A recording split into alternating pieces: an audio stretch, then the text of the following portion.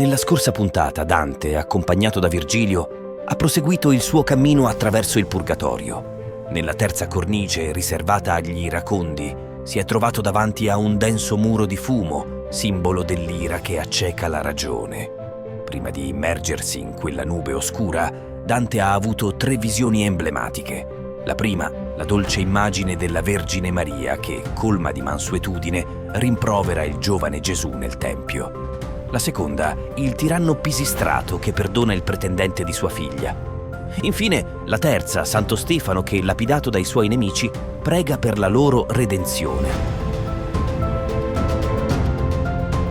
Avvolto nel fumo impenetrabile, Dante ha incontrato le anime penitenti degli iracondi e ha parlato con Marco Lombardo, che ha discusso con lui dell'origine del male sulla terra, attribuendolo al libero arbitrio corrotto. Dopo essere passato alla quarta cornice, Dante ha avuto un'altra visione onirica. Una donna deforme e balbuziente si è trasformata davanti ai suoi occhi in una sirena ammaliante, simbolo delle seduzioni del mondo terreno. Virgilio è intervenuto, smascherando l'inganno e liberando Dante da questa tentazione. Nella cornice dell'accidia, le anime espiano correndo senza sosta per la loro indolenza in vita. Tra loro, Dante ha incontrato l'abate di San Zeno, che ha riflettuto con lui sulla negligenza terrena. Dopo aver superato anche questa prova, un angelo ha cancellato un'altra P dalla fronte di Dante, indicandogli il cammino verso la quinta cornice. Ma adesso il viaggio continua.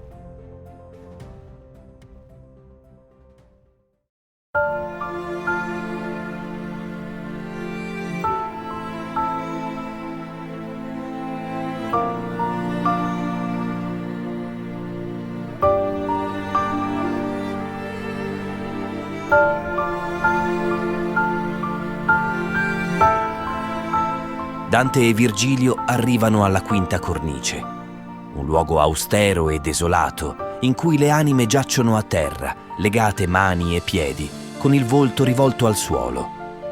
Dante osserva con compassione queste anime, comprendendo la loro pena. Chiede a Virgilio chi sono queste anime ed apprende che sono gli avari ed i prodighi. In vita, il loro sguardo era rivolto soltanto ai beni terreni. Ora, per contrappasso, sono costretti a guardare la terra, legati come lo erano in vita ai loro desideri materiali.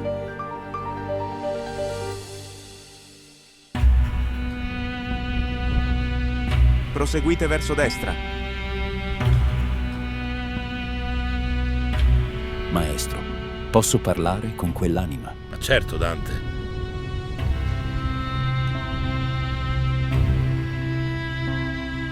Chi sei tu che ci guidi in questo cammino?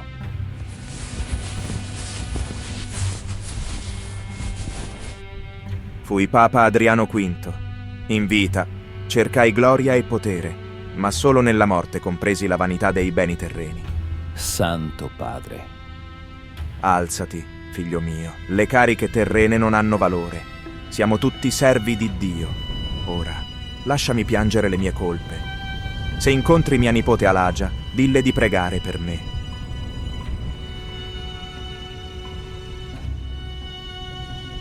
Che diede alla luce Gesù in una semplice mangiatoia. Ascolta, Il console romano senti Caio questa Fabrizio voce. Luscinio, che rifiutò le ricchezze offerte dai nemici, preferendo la virtù alla corruzione. San Nicola di Bari, che salvò 3 fanciulle dalla miseria, donando loro una dote per il matrimonio. Anima pia, che celebri tali esempi di virtù. Posso conoscere il tuo nome e la tua storia? Io sono Ugo Capeto, radice della malvagia pianta che ha infestato la cristianità. I miei discendenti, re di Francia, hanno macchiato il mondo con le loro azioni empie. Ugo Capeto, capostipite dei re francesi, si erge come un monito contro l'inarrestabile brama di ricchezza che ha segnato la sua stirpe. Egli ammonisce, denunciando le colpe dei suoi discendenti, espressioni nefaste di un'avidità che ha corrotto il potere. In particolare ricorda Carlo I d'Angiò, artefice della morte di Corradino di Svevia, per assicurarsi il dominio.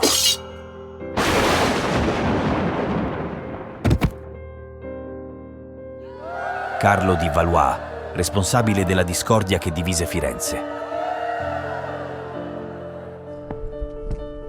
Carlo II d'Angiò, disposto a vendere persino la figlia per profitto, e infine Filippo IV il Bello, il quale offese Papa Bonifacio VIII e perseguitò l'ordine dei Templari per ragioni puramente economiche. Le tue parole rivelano profonde ingiustizie. Come espiano qui le loro colpe gli avari? Durante il giorno proclamiamo esempi di virtù e povertà. Di notte ricordiamo casi di avarizia punita. Così purifichiamo le nostre anime.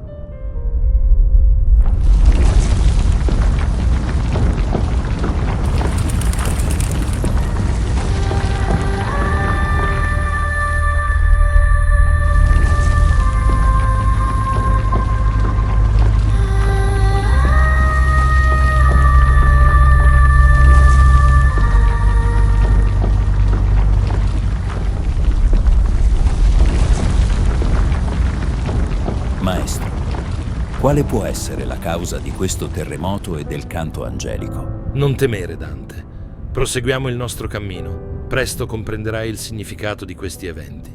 Con il cuore colmo di domande, Dante segue Virgilio, determinato a scoprire i misteri del purgatorio ed a proseguire il suo viaggio verso la redenzione.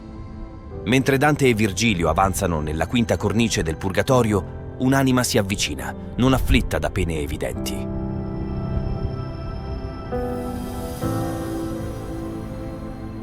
Pace a voi, fratelli. Che la pace sia con te. Ti prego, dici, quale fu la causa del terremoto e del canto che abbiamo udito poco fa? Non fenomeni naturali, ma divini. Quando un'anima si purifica e si sente pronta a salire al paradiso, il monte trema e tutte le anime intonano il Gloria in segno di gioia. È ciò che è accaduto a me dopo oltre 500 anni in questa cornice. Chi sei tu, anima? Virgilio, incuriosito, chiede all'anima di rivelare la sua identità. In vita fui Stazio, poeta al tempo dell'imperatore Tito. Scrissi la Tebaide e l'Achilleide, quest'ultima rimasta incompiuta. L'Eneide di Virgilio fu la mia ispirazione e mi condusse alla fede cristiana. Ah, se solo avessi potuto conoscere Virgilio in vita, avrei sopportato un anno in più di purgatorio per questo onore. Stazio, colui che tanto ammiri, è qui davanti a te. Questo è Virgilio. Colmo di gioia, Stazio si inginocchia per abbracciare Virgilio, dimentico della loro natura incorporea. Virgilio lo ferma con dolcezza, ricordandogli che sono ombre senza corpo.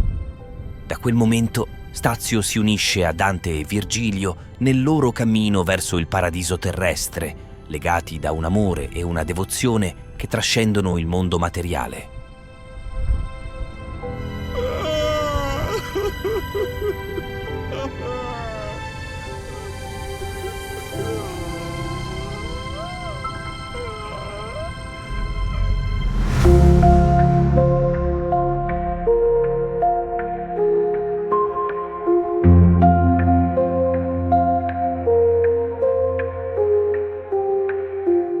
Con il sole ormai alto, la sua luce calda avvolge ogni cosa, mentre i tre poeti lasciano la quinta cornice per salire verso la sesta. Stazio esprime a Virgilio la sua eterna gratitudine per le opere che lo hanno salvato. Giunti a un punto panoramico, si fermano. La maestosità della montagna del Purgatorio si staglia contro il cielo terso e molto più in basso si distende il mare infinito.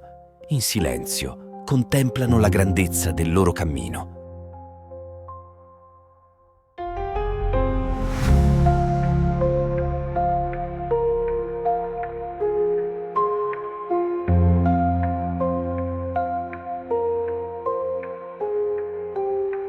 Dopo aver ammirato il panorama dalla terrazza del Purgatorio, i tre poeti riprendono il cammino con rinnovato slancio. Proseguendo lungo il sentiero sassoso e immerso nella luce calda del mattino, giungono infine davanti a un albero che non avevano mai visto prima. L'albero ha la forma di un abete rovesciato. I suoi rami si allungano verso il basso, adornati da frutti che emanano un profumo inebriante, dolce e irresistibile. Tra le foglie scorre un'acqua cristallina che sgorga dalla roccia, scintillando sotto i raggi del sole, e il suo suono lieve sembra cantare una melodia di purezza e rinascita. I poeti si fermano, affascinati dalla bellezza semplice e simbolica di questa visione. Fermatevi, viaggiatori. Questo albero e l'acqua che sgorga dalla roccia sono proibiti. Non toccateli, poiché rappresentano la sobrietà e la purezza che dovete perseguire. Imparate da Maria, che alle nozze di Cana mostrò moderazione nel bere. Ricordate le antiche romane che si astennero dal vino per mantenere il loro onore. Tornate alla purezza dell'età dell'oro e seguite l'austerità di Giovanni Battista, che nel deserto visse di miele e locuste. Siate degni di ascendere.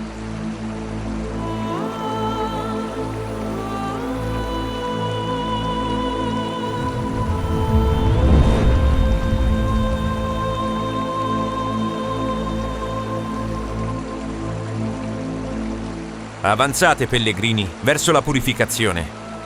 Con rinnovata determinazione, Dante, Virgilio e Stazio proseguono il loro viaggio attraverso le cornici del Purgatorio, avvicinandosi sempre più alla redenzione.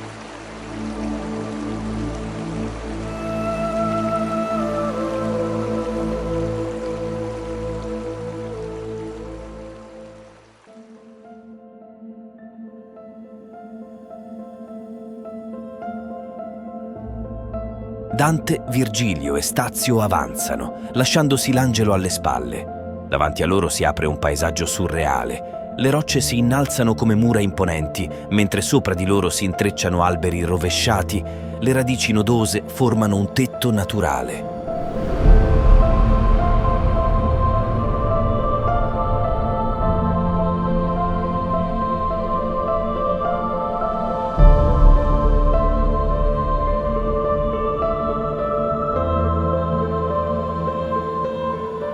Frutti di ogni colore pendono dalle foglie dorate, scintillando sotto la luce del mattino. Un profumo dolce e inebriante riempie l'aria.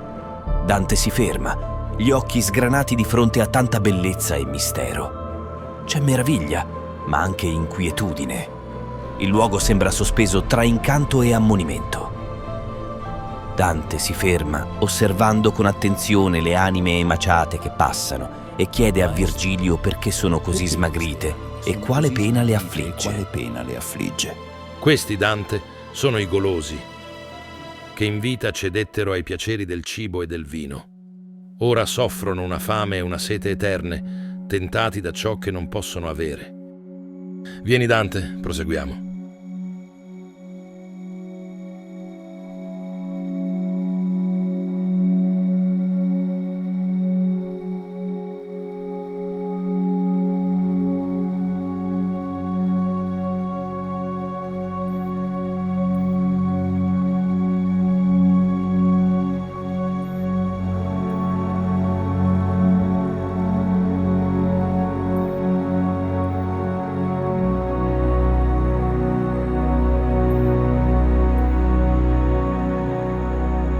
Una delle anime si avvicina a Dante, riconoscendolo.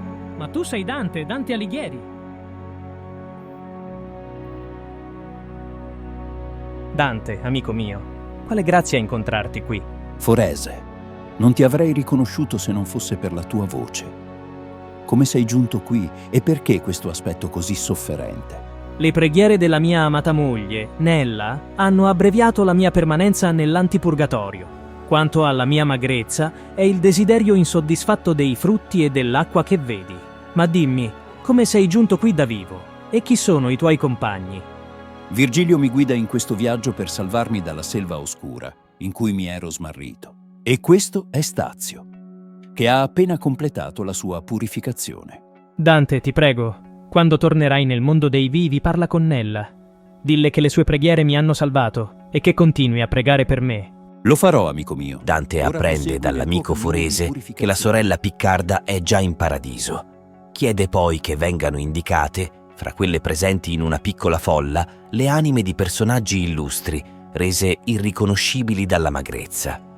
Forese indica Papa Martino V, il ghibellino ubaldino della Pila, Bonifacio dei Fieschi, arcivescovo di Ravenna, il marchese degli Argugliosi e il poeta Bonagiunta Orbicciani da Lucca.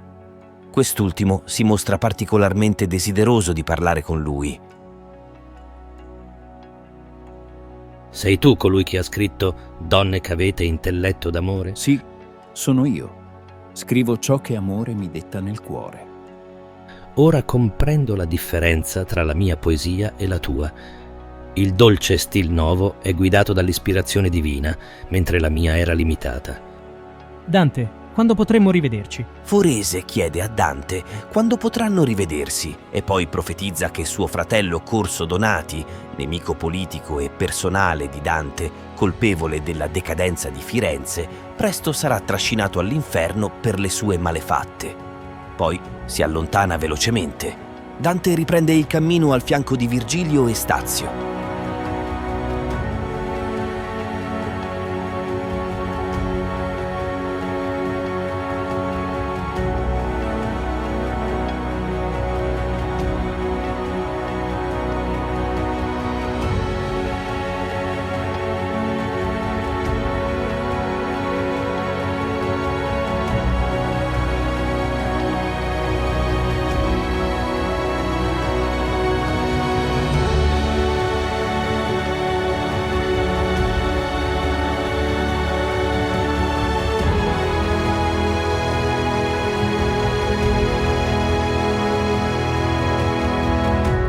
Il sentiero si restringe. Dante, Virgilio e Stazio avanzano tra pareti di roccia che si chiudono sopra di loro, formando una grotta oscura e opprimente. L'aria si scalda. Lingue di fuoco iniziano a danzare lungo il cammino, illuminando il buio con bagliori rossi e dorati. È il fuoco della settima cornice, simbolo della purificazione dei lussuriosi. Davanti a loro una figura appare.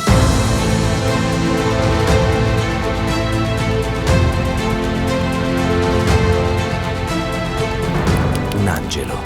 Veste candida bordata d'oro, ali luminose e uno sguardo penetrante che li scruta con calma solenne. Alle sue spalle un muro di fiamme si apre con uno stretto passaggio. Tu che hai sperimentato gli eccessi del desiderio e appreso la lezione della moderazione, lascia ora alle spalle quel peso. Abbandona ogni smodato appetito e preparati ad avanzare con umiltà. Varca questa soglia con la consapevolezza del tuo rinnovato cammino.